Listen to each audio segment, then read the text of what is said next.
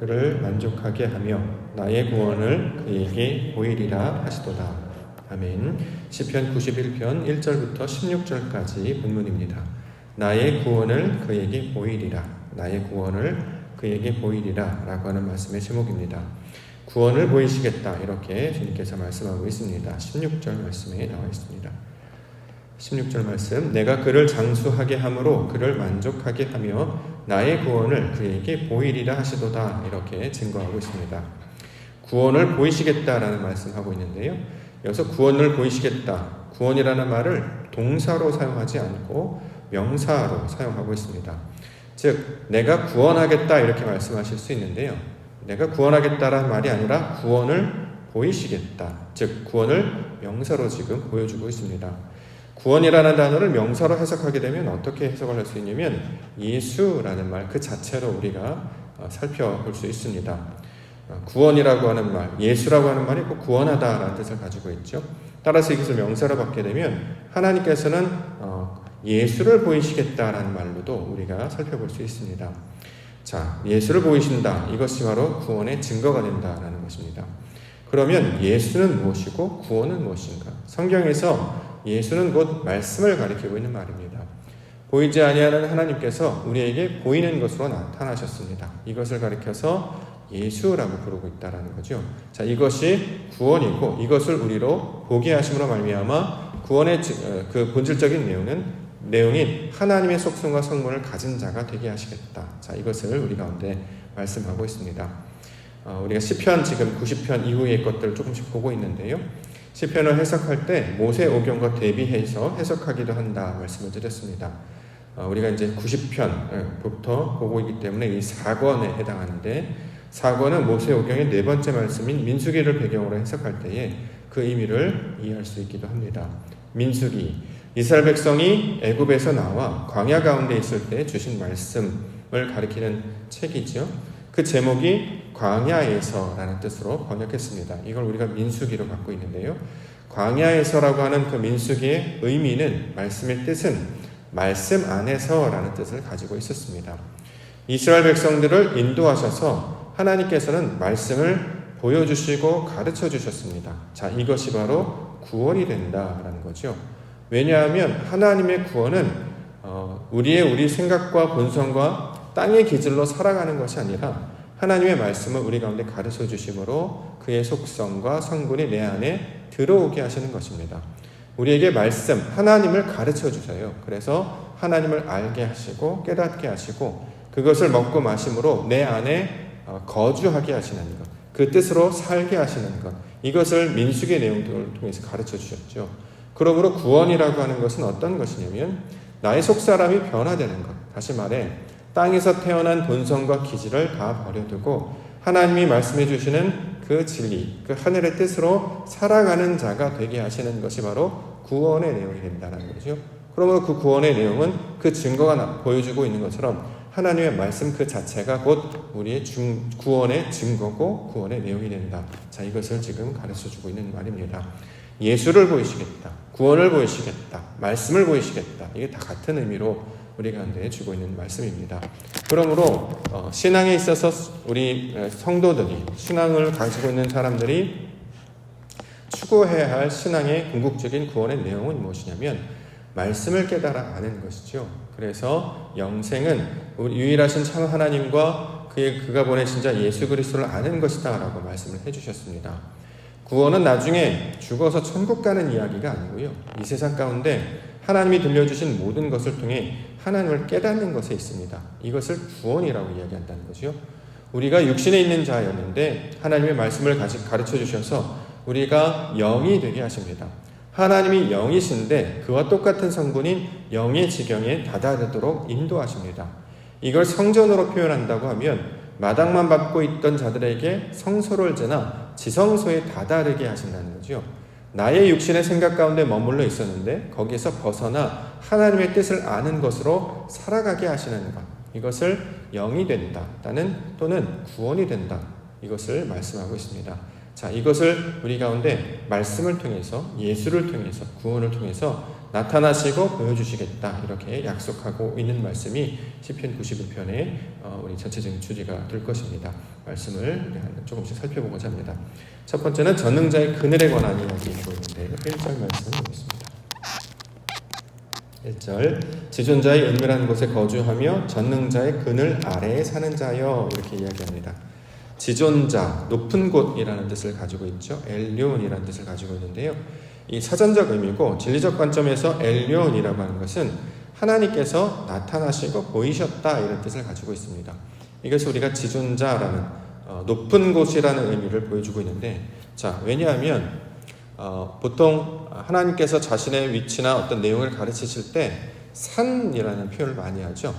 땅에 있는 것이 아니라 산, 그러니까 땅 가운데 높이 우뚝 솟아있는 어떤 것을 통해서 하나님의 존재를 말씀하십니다. 또는 어떤 기둥들을 세워주심으로 그것 가운데 세워진 것들을 보여주세요. 자, 이러한 것들로 나타나 보여주시는 것으로 말씀하시는 것을 지존자 이렇게 설명하고 있습니다. 은밀한 곳이라고 지금 번역이 되는데 덥다, 피난처 이런 뜻이죠. 다시 말해 하나님께서 나타나시고 보여주셔서 그 시야 가운데 들어와 있는 모든 자들, 이것을 지존자의 은밀한 곳에 거주하는 것 이렇게 이야기합니다. 이걸 이제 우리가 모양으로 설명을 한다면 성막으로 비유를 할 수 있겠죠. 하나님께서 광야 가운데 성막을 지으라 말씀하셨습니다. 그리고 그것을 깃대어 그 주변에 진을 형성해서 살도록 하셨죠. 그래서 모든 이스라엘 지파들은 그 성막을 바라보고 또 그것들을 볼 수 있도록 인도해 주셨습니다. 하나님께서 우리와 함께 하심을 상징적인 것으로 보여주시는 것으로 나타내 주셨습니다. 자, 이것이 바로 구원이 된다는 거죠. 사막은, 광야는 아무것도 안 보이잖아요. 그렇죠? 사막, 보이는 것이 아무것도 없습니다. 숨을 곳도 피할 곳도 없어요. 근데 다만 그곳 가운데 우뚝 서서 볼 수 있는 것은 성막이라고 하는 것만 볼 수가 있다는 거죠.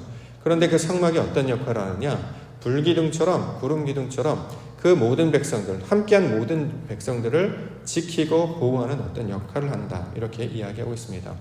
실제로 이스라엘 백성들은 애굽에 있을 때에 눈에 보여지는 것 때문에 늘 두려워하고 공포 가운데 살았습니다.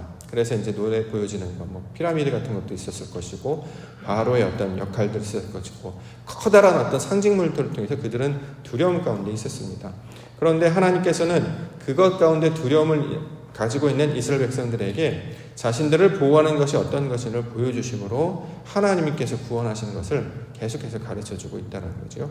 자, 전능자의 그늘 아래에 사는 자여 이렇게 연결해서 설명하고 있는데요. 전능자의 그늘이라고 하는 것은 또 이걸 의미로 풀어보면 하나님의 형상을 닮은 모양을 가리키고 있는 말입니다.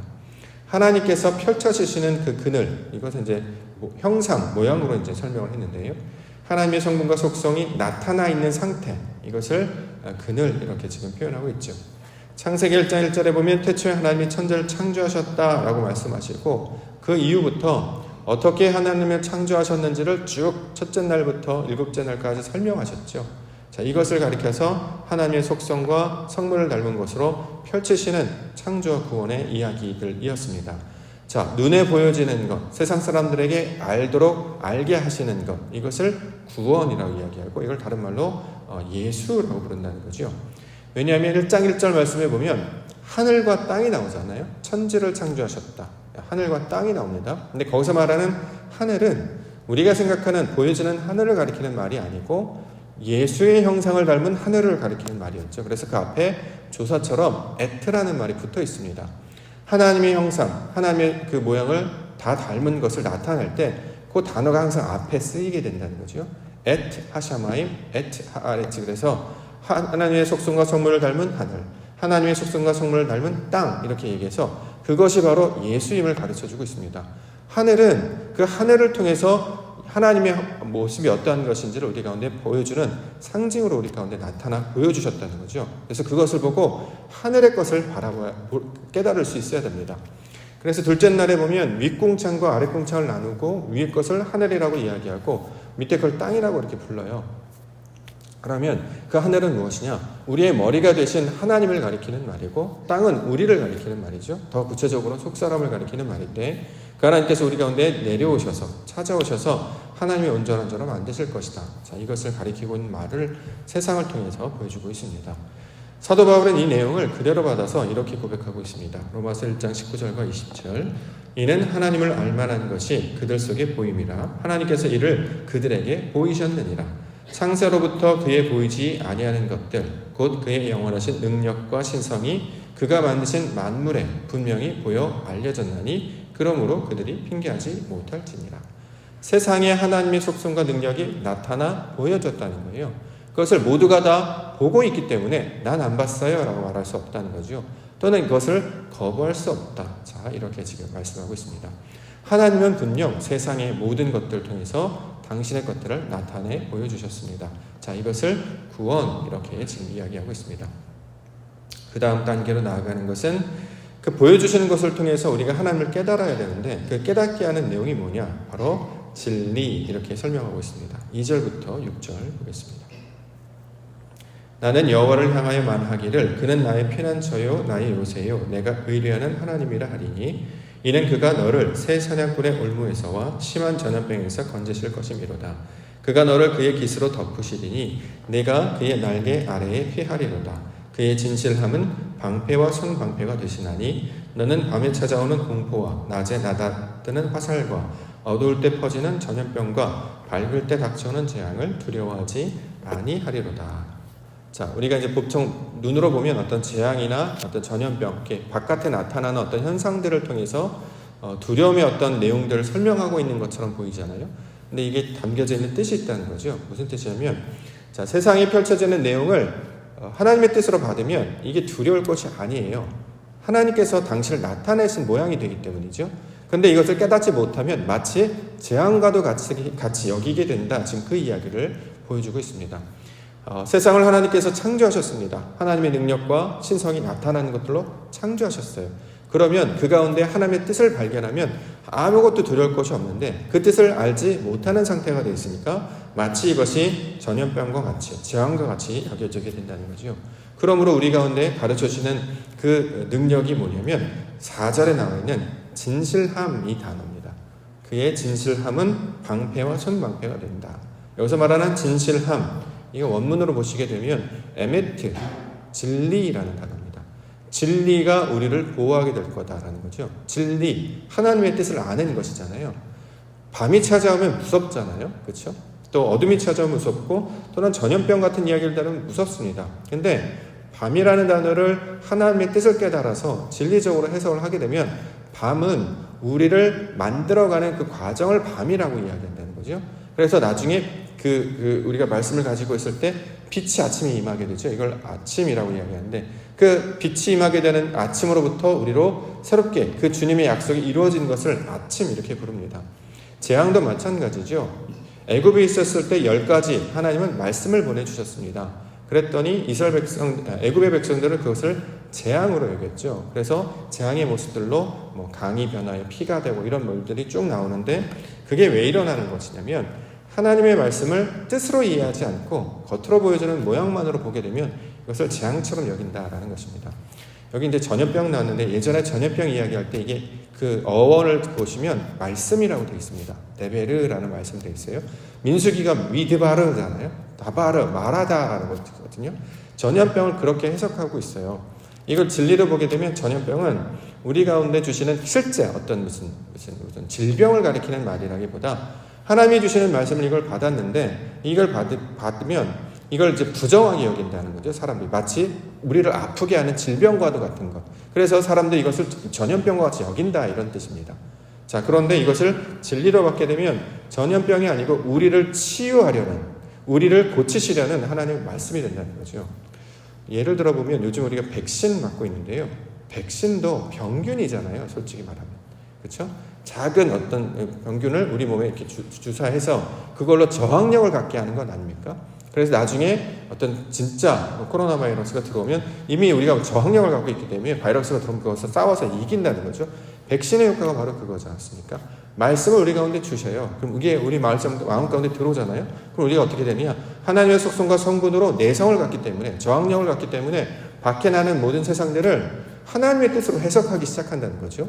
그러면 두려움이 공포가 아니고 또 이 어둠이 지나면 아침에 할 것을 기대하고 그 어둠의 터널을 지나면 빛이 나타나는 그 끝이 있다는 걸 알게 되기 때문에 믿음으로 인내하게 되고 기다리게 되고 이것들을 이겨나가게 된다는 것입니다. 이 하나님의 백성들로 인도하시는 것이 바로 하나님의 뜻이 된다는 거죠. 그래서 여기에 진리 이것을 이야기하고 있습니다.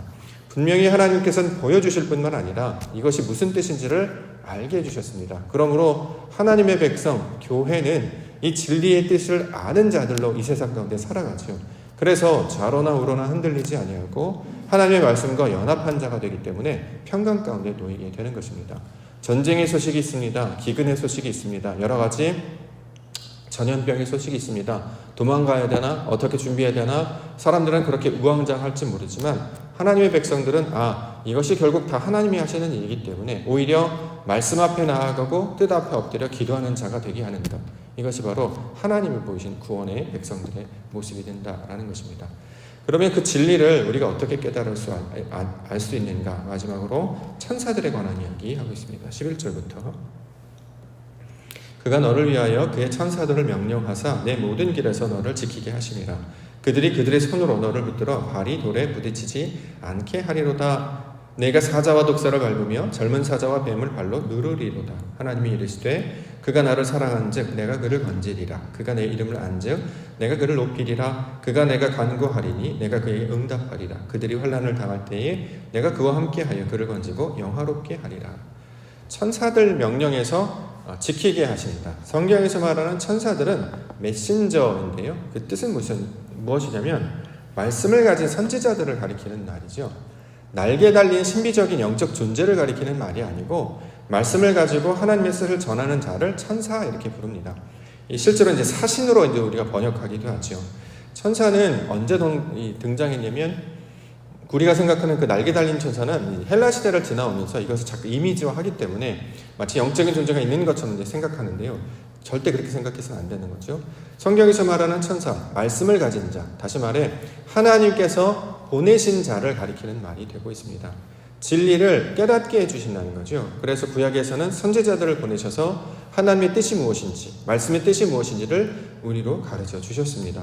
그렇기 때문에 부딪히지 않고 넘어지지 않게 하는 것입니다. 이 11절, 12절이 이제 나중에 예수 그리스도께서 광야에서 사탄마귀에게 시험받을 때에 사단이 인용한 구절이기도 하죠. 자, 뛰어내리라. 그러면 시편 9절에 보면 너를 지키리라 이런 말씀도 있지 않느냐. 그러니까 진짜로 성전에서 뛰어내리라 이렇게 얘기한 거잖아요. 근데 그것은 그런 의미로 쓴 게 아니라 말씀이 너희를 지키길 것이기 때문에 너를 흔들리지 않게 한다. 그 의미가 된다는 거죠. 사탄마귀, 그러니까 우리의 뜻대로 해석하려고 했었으나 진리를 아는 자는, 그 말씀의 온전한 뜻을 아는 자는 하나님의 뜻이 무엇인지를 알게 됩니다. 즉 말씀을 가지고 그 진리를 온전히 깨닫는 자가 되게 하심으로 세상 가운데 요동하지 않게 하는 자가 된다는 거죠. 여기 나오는 이제 뱀, 사자 이렇게 이제 나오면 우리가 생각하는 그런 물질적인 것들로 해석하지 않고 뱀은 선지자를 가리키는 말이라고 말씀을 드렸잖아요.